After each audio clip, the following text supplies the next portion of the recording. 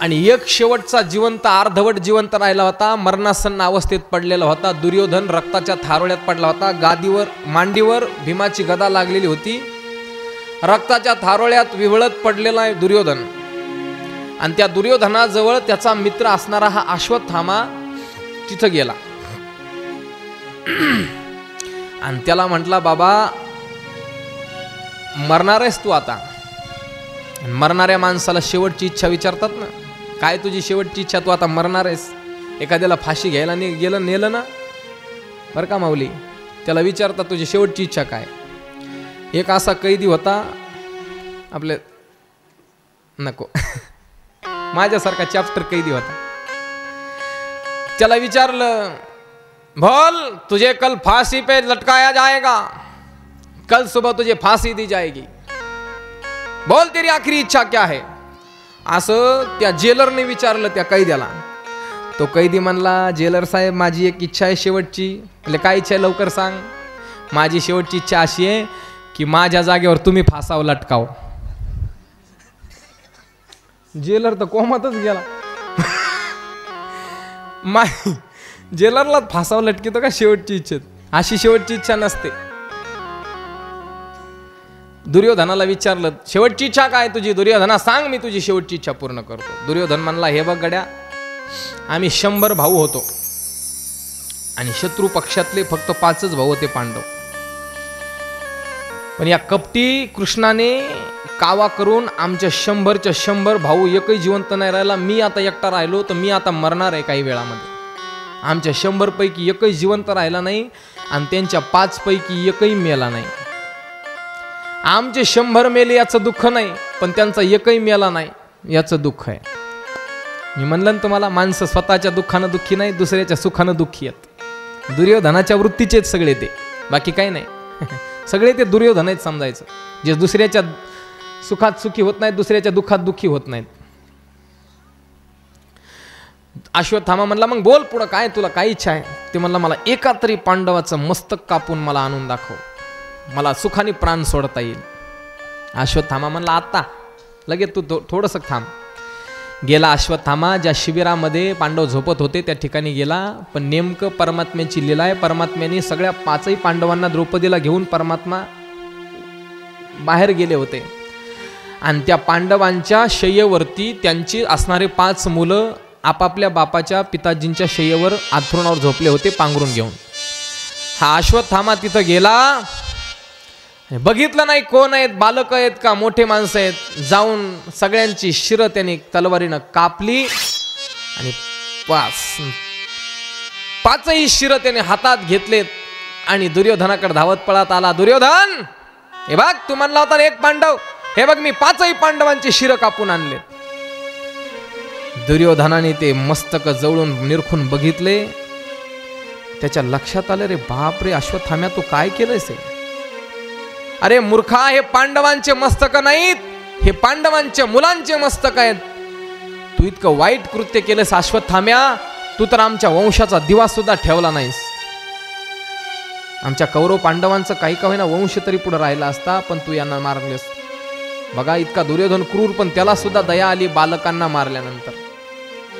कारण की भ्रूण हत्येसारखं निष्पाप बालकांना मारण्यासारखं पाप जगात कोणतं नाही, लक्षात ठेवा.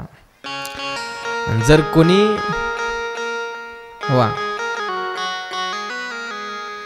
वंशाच्या दिव्यापायी नको पंथी विझवू आई, वंशाच्या दिव्यापायी नको पंथी विझवू आई. प्रत्येक आईंना माझा विनंती आहे, प्रार्थना आहे, या कथेची प्रार्थना आहे, तुम्हाला विनंती आहे, देवाचा प्रसाद म्हणून स्वीकार करा.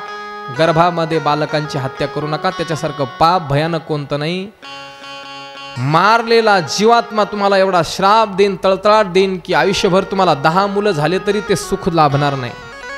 इतका शाप तुम्हाला त्या जबरदस्त लागेल त्या जीवात्म्याचा, त्या उदरातल्या बालकाचा. काय अपराध आहे त्याचा. अरे करोडोच्या संख्येमधून ते काय म्हणतात त्याला, शुक्राणू धावत पळत स्पर्धा करत जातात, तेव्हा करोडोमधून एकाचा नंबर लागतो. तिथं एका शुक्राणूपासून तो जन्म जीव तयार होतो. त्यांनी किती कॉम्पिटिशन, किती स्पर्धेमधून तो धावत पळत आलाय, तुम्हाला काय कल्पना आहे त्याची. लाखोंना करोडोंना मागं टाकून तो एक पुढे गेलाय आणि त्याला कसं तरी चान्स मिळालाय. तो गर्भात आता बालकाच्या रूपानं तयार झालाय आणि तो जीवात्मा आता वाट पाहतोय, मी सृष्टी पाहीन, मी जगत पाहीन, मला आता जन्म होईल माझा, मी खेळन बागडन हसल. आणि त्या जीवाला तुम्ही जर गर्भातच त्याचे जर कान, त्याचे हातपाय कापत असाल, त्याचं नरड कापत असाल, तर तुमच्या आयुष्यात कधीच तुम्हाला यत्किंचितही सुख समाधान लाभणार नाही. लक्षात ठेवा. 9 महिने 9 दिवसांनी आली जग बघण्याची घाई, वंशाच्या दिव्या पायी नको पंथी विझवू आई. वंशाच्या दिव्या पायी नको पंथी विझवू आई. उद्या तुझ्या गर्भाची चाचणी होणार ग, मुलगी आहे म्हणून सारे नाक मुरडणार ग. मुलगी आहे म्हणून सारे नाक मुरडणार ग. मुलगी आहे म्हणून सारे नाक मुरडणार ग. उद्या तुझ्या गर्भाची चाचणी होणार ग, मुलगी आहे म्हणून उद्या तुझ्या गर्भाची चाचणी होईल. मुरडणार ग. तो चेक करणारा डॉक्टर सांगेल मुलगा नाही मुलगी आहे गर्भात, काय करायचं सांगा.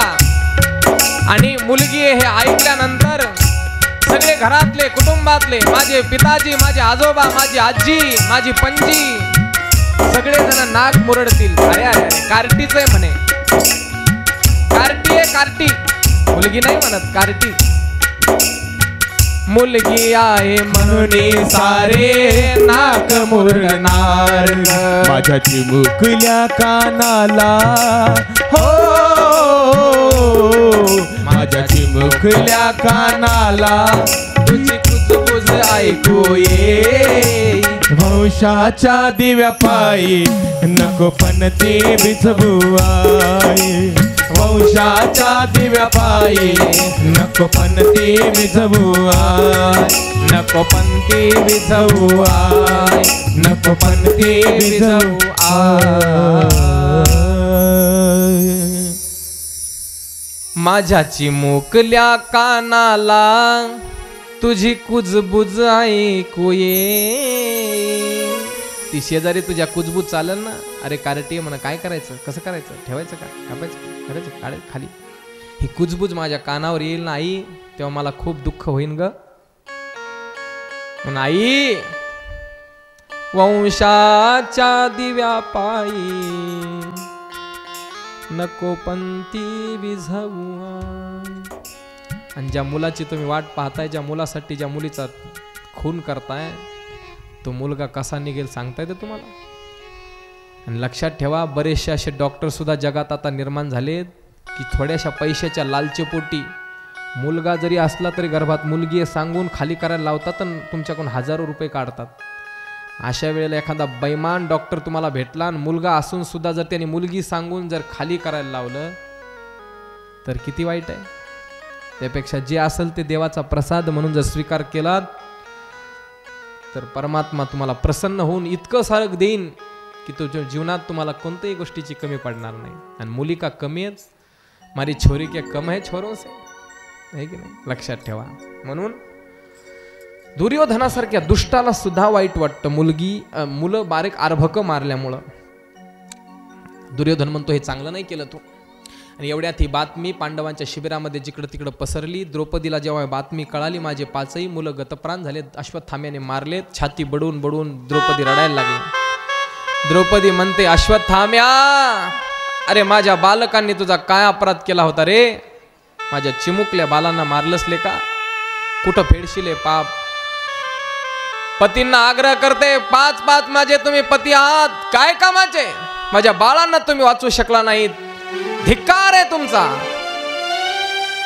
आणि असं म्हटल्यानंतर अर्जुनाने आपला गांडीव उचललाय. अर्जुन म्हणतोय, द्रौपदी कठोर शब्दांनी बोलू नको. तुझ्या मुलांच्या हत्याऱ्याला आत्ताच्या आत्ता तुझ्या समोर हजर करतो, तुझ्या हाताने त्याला शिक्षा दे, काय द्यायची ते. असं म्हणून अर्जुनाने देवाला खुणवलंय. देवाने रथ सज्ज केला. रथावर अर्जुन आरूढ झालेत आणि अश्वत्थाम्याच्या दिशेने रथ निघाला. अश्वत्थामा पुढे, रथ मागे, अश्वत्थामा पुढे, अर्जुन मागे.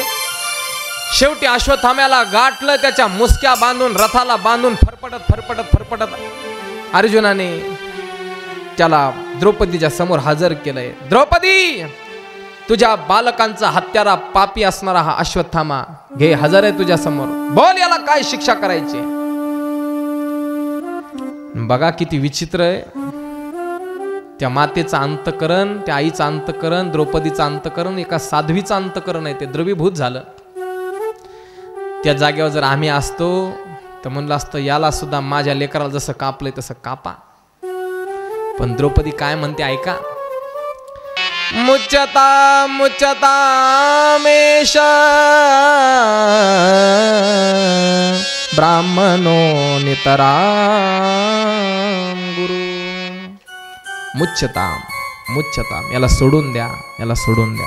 का द्रौपदी वेडी झालीस का? तुझ्या 5 झोपेतल्या असणाऱ्या निहत्या बालकांना मारले आणि आता ताई याला सोडून द्या म्हणते.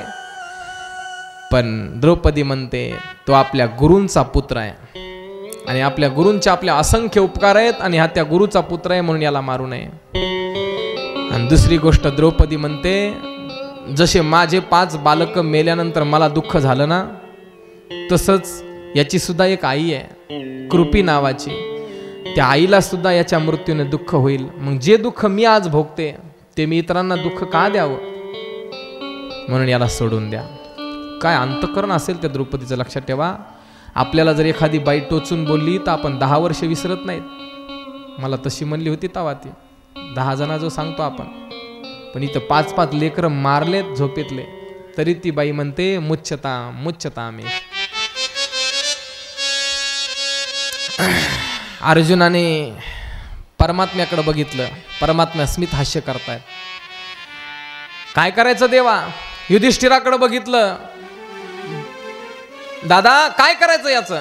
युधिष्ठिर म्हणतो, द्रौपदी म्हणते ते बरोबरच आहे. धर्मात्मा आहेत ना युधिष्ठिर, धर्म आहेत. द्रौपदी म्हणते तसं करा, याला सोडून द्या. भीमदादा इकडं दात खातायत. भीमदादा म्हणतायत तुम्ही दोघं सोडा, तुम्ही सगळे सोडा, पण मी नाही सोडित याला. तुम्ही सोडा, आपण सोडत नाही. भीमदादा आहेत ते. राग आला होता भयानक. आणि मग सगळ्यांना पेच प्रसंग पडला. काही जण म्हणताय सोडा, काही जण म्हणताय सोडू नका. अशा टायमाला काय करायचं?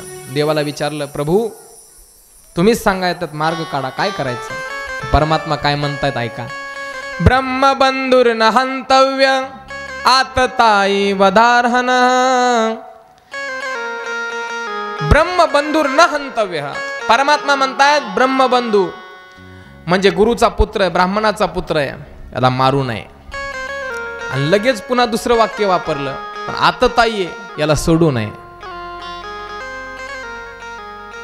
आतताई कोणाला म्हणतात? 6 माणसं आतताई म्हटले शास्त्राने. 6 आहेत आतताई. कोण?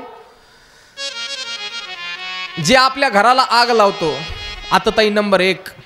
जो आपल्या अन्नात विष कालवतो, आतताई नंबर 2. शस्त्र घेऊन अंगावर मारायला येतो, आतताई नंबर 3. आपल्या धनाचं हरण करतो, आतताई नंबर 4. आणि आतताई नंबर 5 आपल्या क्षेत्राचं म्हणजे जमिनीवर कब्जा करतो. आणि आतताई नंबर 6 पत्नीचं हरण करतो.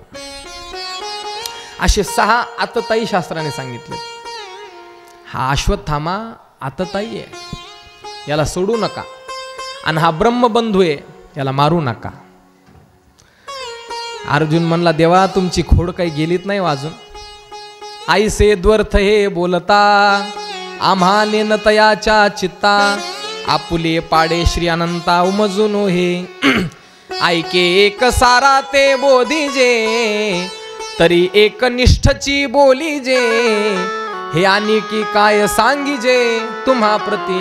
देवा हे काय तुम्हाला दुसऱ्याने सांगायला पाहिजे का? एक कोणती गोष्ट निश्चित सांगावी. एकदा म्हणताय मारा आणि एकदा म्हणता मारू नका. कसा आम्हाला याच्यातून मार्ग काढायचा? पण अर्जुनाला देवाच्या बोलण्याची सवय लागली होती. संपूर्ण भगवद्गीता त्याने ऐकली होती. त्याला देवाच्या बोलण्यातलं मर्म कळालं होतं.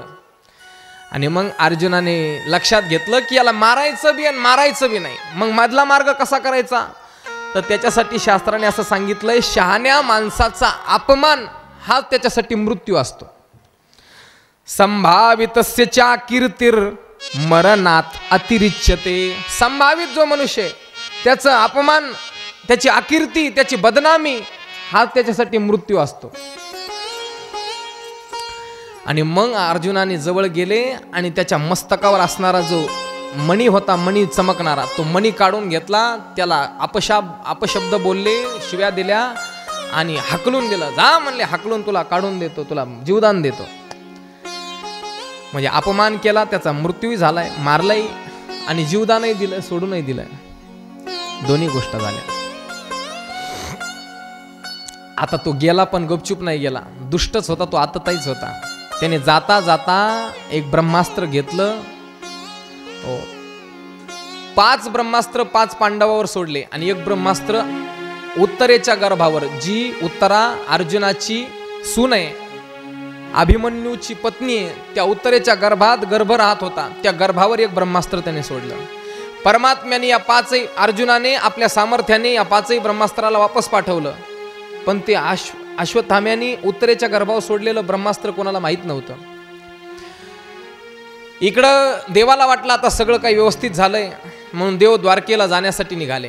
रथामध्ये बसले, तेवढ्यात ती उत्तरा धावत पळत आरडत ओरडत आली. पाही पाही महायोगिन देव देव जगतपते, नान्यम त्वद भयम पश्ये अत्र मृत्यू परस्परम.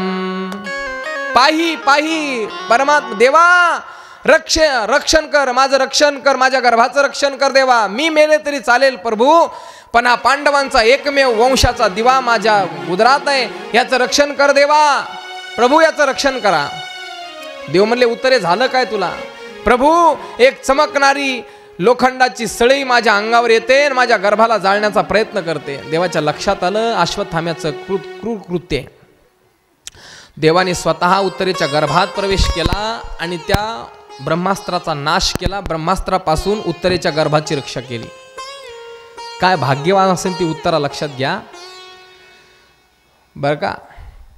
परमात्मा यशोदेच्या पोटी तर आलेच नाही, देवकीच्या उदरामध्ये आले असं आपण म्हणतो, पण त्याच्याविषयी वाद आहेत. काही लोक म्हणतात प्रभू गर्भात येत नसतात, प्रभू अयोनी संभव जन्म होत असतो, परमात्माचं प्राकट्य होत असतं, प्रभू प्रकट होत असतात, गर्भात येत नसतात.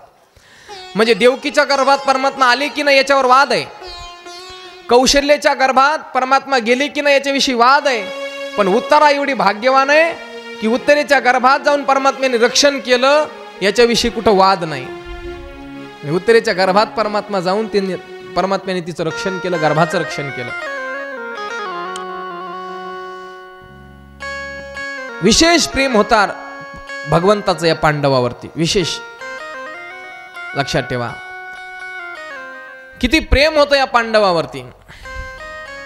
ज्ञानोबराय म्हणतात, खरं पाहायला गेलं तर पांडवांच्या जीवनात सुद्धा काही चुका झाल्या ना. ज्ञानोबराय म्हणतात बरं, मी नाही म्हणत. पहा पा काही नारायणे तया पांडवांचे उणे, की जे चिना पुराणे विश्वबंदे. उणे म्हणजे काय? उणे म्हणजे चुका. ज्ञानोबराय म्हणतात, पहा ना त्या पांडवांच्या जीवनातल्या चुका झाल्या, पण तरी सुद्धा भगवंतांनी त्यांना विश्वात वंदनीय करून टाकलं. धरितीच्या हाती संत कृपावंत, पाळी पंढरीनाथ लळा त्यांचा. जे देवाला आपलं म्हणून घेतात आणि आपण देवाचे म्हणून घेतात ना, त्यांचं देव सगळं सहन करतो आणि त्यांना विश्वात वंदनीय बनवतो. पांडवांच्या जीवनामध्ये अनेक चुका घडल्या. अनेक म्हणण्यापेक्षा सगळ्यात मोठी चूक आहे आपलं राज्य, आपली पत्नी डावावरती लावणं. पत्नी कोणी डावावर लावत असतं का? पत्नीला डावावर लावलं ही चूक आहे मोठी. पण तरी सुद्धा परमात्म्याने त्यांना विश्ववंदनीय करून टाकलं. पांडवावर विशेष प्रेम आहे.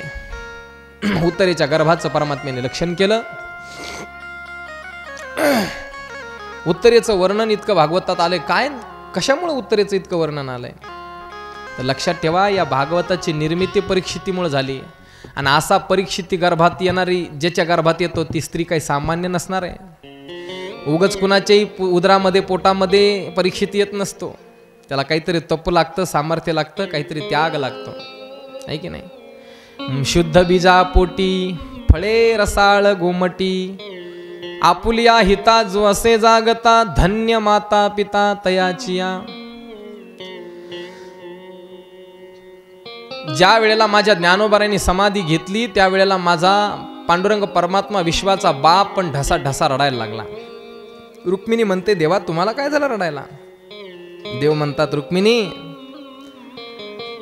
देव म्हणती रुक्मिणी हा एकच योगी देखिला नयनी हेची ज्ञान संजीवनी जाण त्रैलोक्याची. धन्य धन्य जयाची कुशी ज्ञान देव जन्मले. धन्य त्या मातेची कुस ज्या कुशीमधून ज्ञानोबारांसारखा पुत्र जन्माला आला.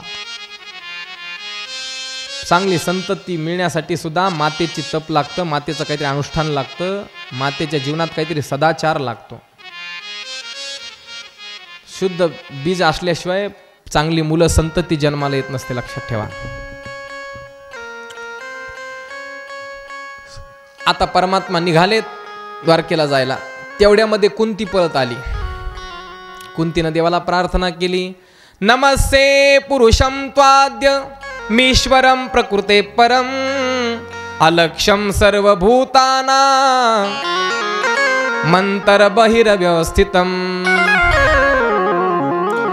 कृष्णाय वासुदेवाय. कुंती प्रार्थना करायली बरं परमात्म्याची. हर कृष्णाय वासुदेवाय देवकी नंदनाय च नंद गोपकुमाराय गोविंदाय नमो नमः. नम पंकजनाभाय नम पंकजमालिने नम पंकजनेत्राय नमस्ते पंकजांग्रहे. प्रभू तुम्हाला नमस्कार आहे. कुंती नमस्कार करायला लागली. देवाने उचलून घेतलं. आत्या काय करता असं कुठं असतं का. लहानांचे कुठं मोठे पाय पडत असतात का. कुंती म्हणली नाही रे देवा, असंच म्हणू तू आम्हाला आतापर्यंत अज्ञानात ठेवलं. आतापर्यंत तू आम्हाला ज्ञानाच्या गोष्टी नाही सांगितल्या. असंच म्हणू आत्या आहे तू माझी, मी लहान आहे तू मोठी आहे, असं म्हणून देवा आता नाही चालणार. मी ओळखलंय तू कोण आहेस आता. नम पंकजनाभाय. तू देवा सामान्य नाही सात, मी आता ओळखलंय. आत्या ओळखलंच आहेस ना, तर माग तुला काय पाहिजे. मी तुझ्या प्रसन्न आहे. आज मी इथून जातोय द्वारकेमधून, तुझ्या मनासारखं सगळं झालंय. आत्या माग तुला काय पाहिजे. काय मागणी केली कुंतीनं माहितीये तुम्हाला. काय मागावं त्या कुंतीनं. आयुष्यभर जिनं दुःख भोगलंय, जिचा पती अल्पायुष्यामध्ये जिला सोडून गेला, जिच्या मुलांना अनेक प्रकारे या कौरवांनी मारण्याचा प्रयत्न केला, लाक्षागृहात मारण्याचा प्रयत्न केला, विषप्रयोग केला, अनेक वेळा त्यांच्या आघात केले, राज्य दिलं नाही, दिलं तर खांडवप्रस्थ दिलं, खांडववन दिलं, नुसतं बरड जमीन दिली. तिथं कसं तरी फुलवलं यांनी, सगळं तयार केलं राजमहाल. तर यांनी पुन्हा दूध क्रीडा खेळून ते बी हरवून घेतलं. पुन्हा यांना वनवासाला पाठवलं, पुन्हा अज्ञातवासात पाठवलं. काय काय दुःख त्या अज्ञातवासात वनवासात यांनी भोगलेत. इतकं दुःख ज्या कुंतीच्या वाट्याला आलंय, ती कुंती आता काय मागणी करते देवाकडे बघा. विपद संतु न शश्वत तत्र तत्र जगद्गुरो भवतो दर्शनम यस्या द पुनर्भव दर्शनम. देवा माझ्या जीवनामध्ये मला दुःख दे, दुःख. देवाने तोंडाला हात लावला. आत्या काय बोलतेस असे. आयुष्यात दुःखाशिवाय काय भोगलस तू, आणि आता इथून पुढे दुःखच दे.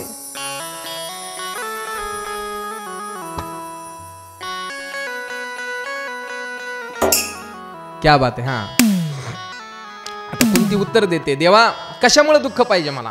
ते पुढे आहे ना. आता आत्या काय दुःख कमी भोगलायस तू. पाहते पांडव अखंड वनवासी, अखंड वनवासात तू भोगलाय, अजून तुला दुःख पाहिजे, वनवास पाहिजे कशासाठी.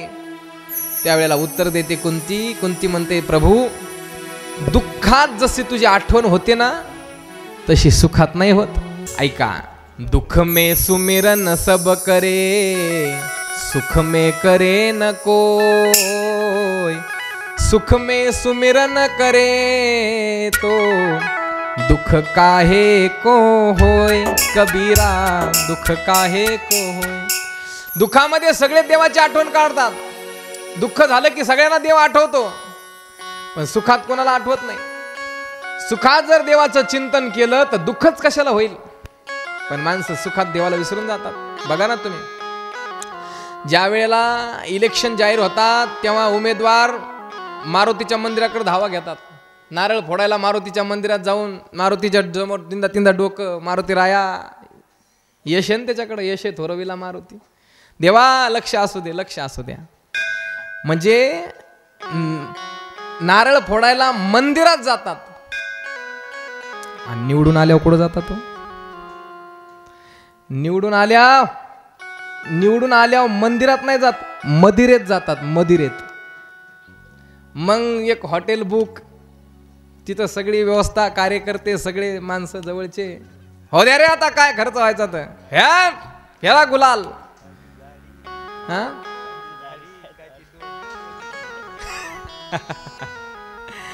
मग काय झाडी, काय डोंगर, सगळं आठवतं.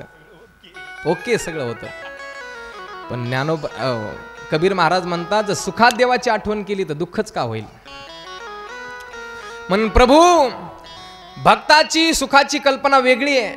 भक्ताच्या जीवनात सुख भक्त त्याला समजतो ज्याच्यामध्ये परमात्म्याचं स्मरण होतं.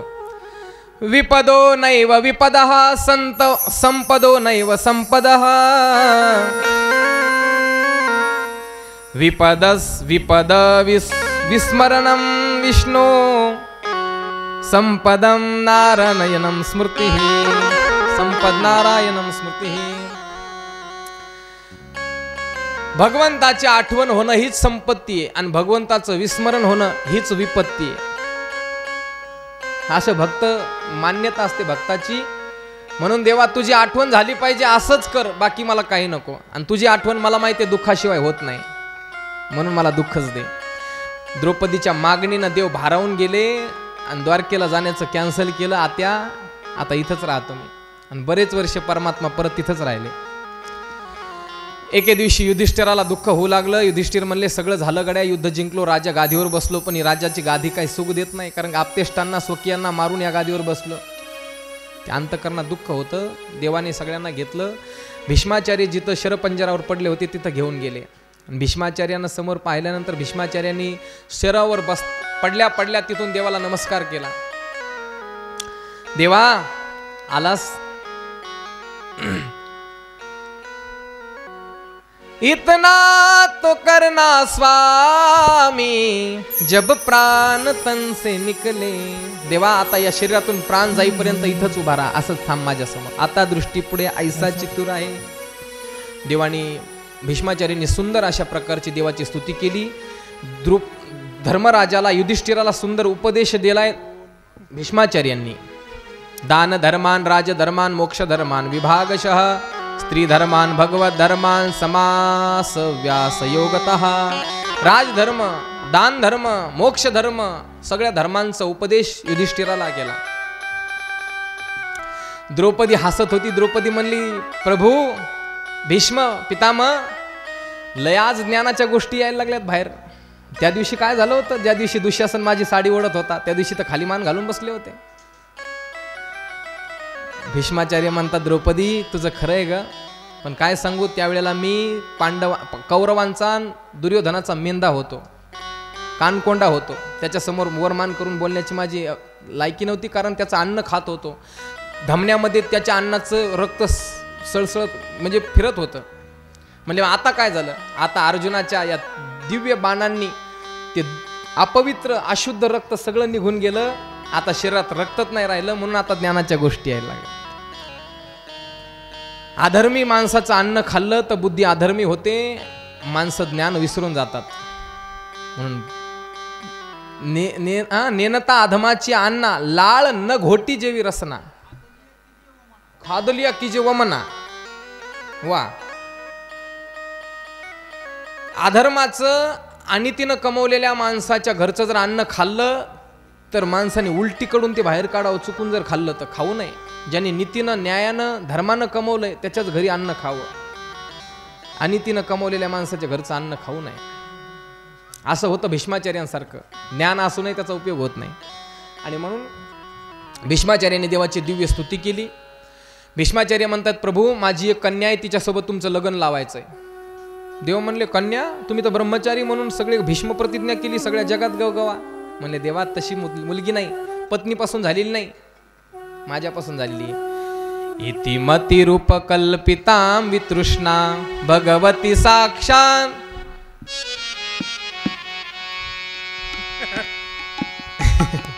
असू द्या. इति मती, माझी मती नावाची कन्या आहे, बुद्धी नावाची. ती बुद्धी नावाची कन्या मी तुम्हाला समर्पित करू इच्छितो. माझी मती तुमची होईल श्रीमती, तर तिला मिळेल सद्गती. म्हणून माझ्या मतीचा स्वीकार करा. परमात्म्याने दिव्य भावना ओळखली भीष्माचार्यांची आणि भीष्माचार्यावर कृपा केली. भीष्माचार्याने डोळ्यात दखत समोर पाहत पाहत प्राण सोडला. कारण इच्छा मरणी होते, इच्छेशिवाय मरण येणार नव्हतं. पांडवांचं सांत्वन करून परमात्मा द्वारकेला निघून गेले. द्वारकेत गेल्यानंतर परमात्म्याचं जंगी स्वागत करण्यात आलं. महाराज, शौनकादी ऋषीचा प्रश्न, तुम्ही परीक्षितीची कहाणी सांगू लागले, तुम्ही परीक्षिती सांगता सांगता कृष्णाकडे वाहत गेलात, परीक्षिताचं काय झालं? अरे बापरे ऋषी हो, ही कृष्णाची कथाच अशी आहे बघा. माणूस एकदा त्याच्या वाहवत जातो त्या प्रेमामध्ये, त्या लीलामध्ये. आठवणत नाही परीक्षितीचं काय झालं. तर ऐका परीक्षितीचं काय झालं. परीक्षित या उत्तरेच्या गर्भामध्ये 9 महिने पूर्ण झाल्यानंतर त्याचा जन्म झाला.